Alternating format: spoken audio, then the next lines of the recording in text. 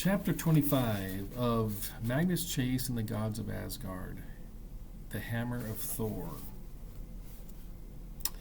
Chapter 25, Hearthstone, more like Hearth Rob. Am I right? You shouldn't make a comment about imminent death and then say goodnight. We'll talk about it tomorrow. But Ing insisted we shouldn't go after the dwarf until the morning. She pointed out that we needed rest. She brought us extra clothes, food and drink, and a couple of pillows, and she scurried off, maybe to clean up spills or dust artifacts, niches by, or pay Mr. Alderman 5 gold for the privilege of being his servant. Hearth didn't want to talk about the killer dwarf, careful one, or any gold. He didn't want to console about his dead mother or his living father. After a quick gloomy meal, he signed, need sleep, and promptly collapsed on his mattress.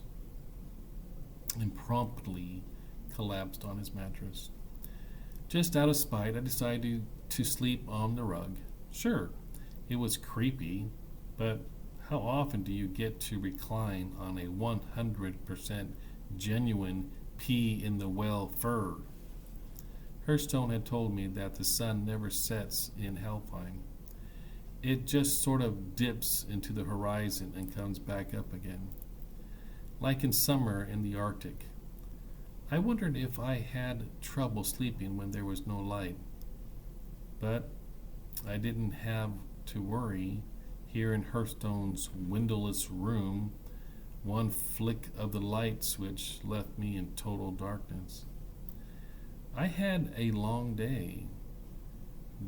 What with fighting a democratic zombies and then getting dropped out of an airplane into the wealthy suburbs of Elfheim.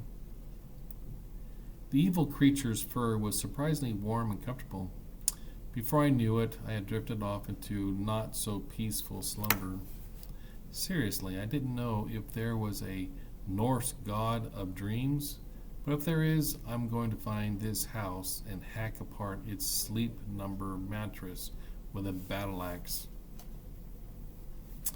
I got treated to a flurry of disturbing images, none of which made much sense. I saw my Uncle Randolph's ship listing in the storm, heard his daughter screaming from inside the wheelhouse.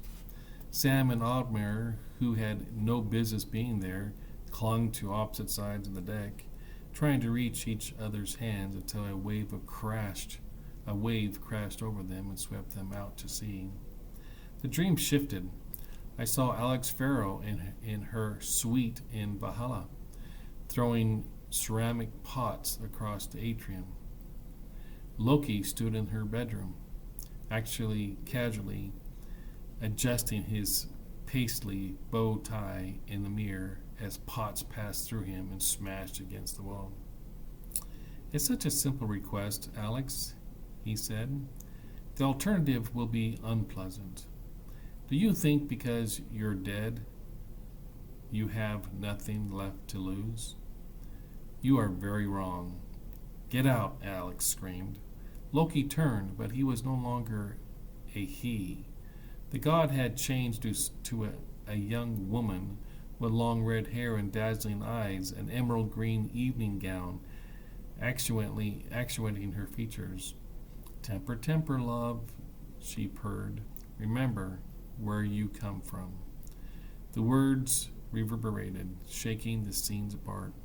I found myself in a cavern of bubbling sulfur pools. Wow, that's quite a dream.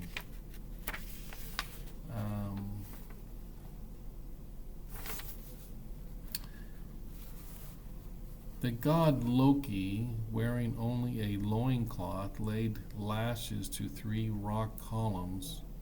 Okay, so this is a third dream he's dreaming about. The god Loki, wearing only a loincloth, lay lashed to 3 rock columns, his arms spread wide, his legs bound together. his ankles and wrists tied with glistening dark cords of classified guts, whatever that means. Coiled around and above his head was a massive green serpent, jaws open, fangs dripping venom into the god's eyes.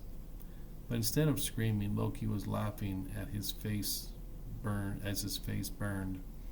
"Soon enough, Magnus," he called. "Don't forget your wedding invitation." Wow. Now a different scene. Now we're in a different type of dream. A mountainside in Jotunheim in the middle of a blizzard. At the summit stood the god Thor, his red beard and shaggy hair flecked with ice, his eyes blazing. He, in his thick fur cloak, with his hide clothes dusted with snow, he looked like the abominable ginger snowman. Coming up to the slopes to kill him were 1,000 giants, an army of muscle-bound gargantuans in armor fashioned from slabs of stone, and their spears the size of redwood trees. With his gauntlets, Thor raised his hammer, the mighty Mjolnir. His head was a slab of iron shaped roughly like a flattened circus tent. Blunt on both ends and pointed in the middle, runic designs swirled across the metal. And the god's double-fisted grip, the hammer's handle looked so stubby it was almost comical, like it was a child raising a weapon much too heavy for him. The army of giants laughed and jeered. Then Thor brought down the hammer. At his feet, the sides of the mountain exploded. Giants were flying in a million-ton maelstrom of rocks and snow, lightning crackling through their ranks. Hungry tethered of energy burned them to ashes. The chaos subsided. Thor glowed down at the 1,000 dead enemies now littering the slopes, and he looked directly at me. "You think I can do all that with a staff, Magnus Chase?" he bellowed. "Hurry up with that hammer." Then, being Thor, he lifted his right leg and farted a thunderclap. Wow. So he had 3 or 4 dreams. Chase had 3 or 4 dreams. So the last one proved to Magnus that Thor needs his hammer. When I woke the next morning, Hearth shook me awake. I felt like I'd been bench pressing the hammer all night, but I managed to stumble into the shower, then dressed myself in elvish linen and denim. I had to roll up his sleeves and cuffs about 16 times to make them fit. I wasn't sure about leaving Blitzen behind, but Hearthstone decided that our friend would be safer here than where we were going. We set him on the mattress and tucked him in. With the 2 of us crept out of the house, thankfully without encountering Mr. Alderman. So I left Blitzen in Hearthstone's bedroom, tucked in. Ing had agreed to meet us at the back edge of the estate. We found her waiting there, where the well-kept lawns met a garnered line of trees and undergrowth. The sun was on the rise again, turning the sky blood orange. Even with the sunglasses on, my eyeballs were screaming in pain. Stupid beautiful sunrise in stupid elf world. "I don't have long," Ingrid fretted. I bought a 10-minute break from the master. Purchase. That made me angry all over again. I wanted to ask how much it would cost to buy 10 minutes of stomping Mr. Alderman's with cleats, but I figured I shouldn't waste Ingrid's valuable time. She pointed to the woods. Adavar's lair is in the river. Follow the current downstream to the waterfall. He dwells in the pool at the base.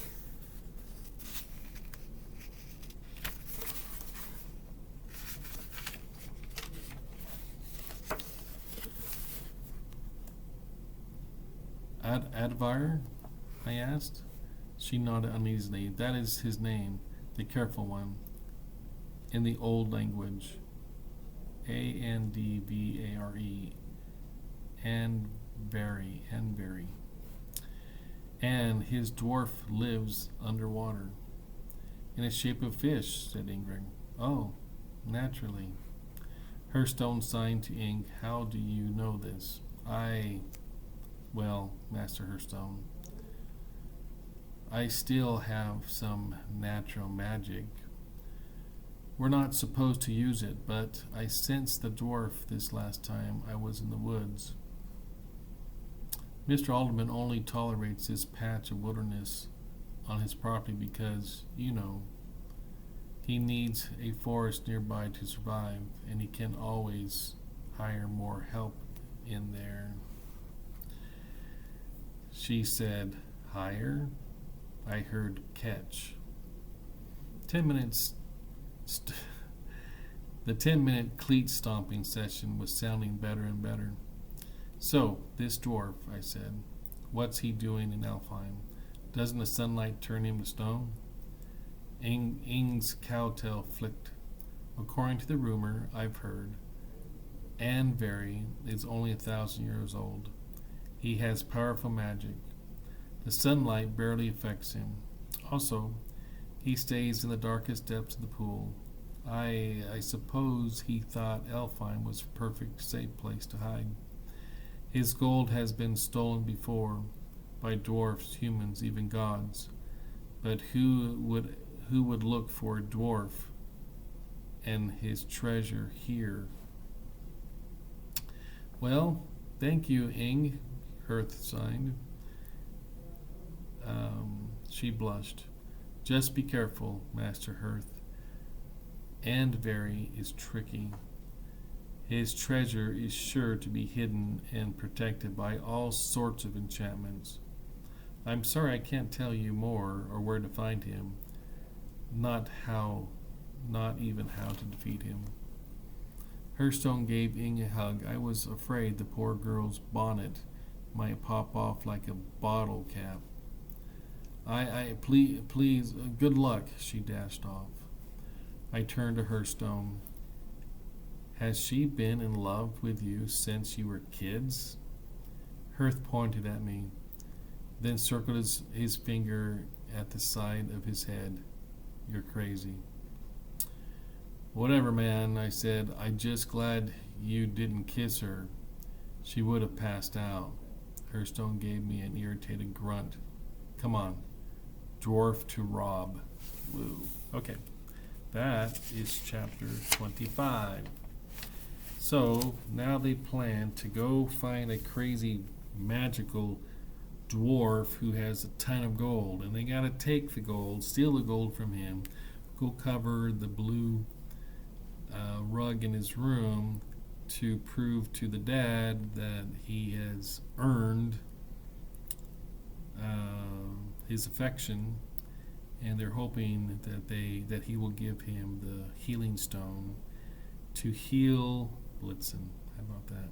All in trying to get back to Earth or wherever they need to go to meet up with the other friends to continue to find the hammer of Thor. How about that? Okay, have a good one.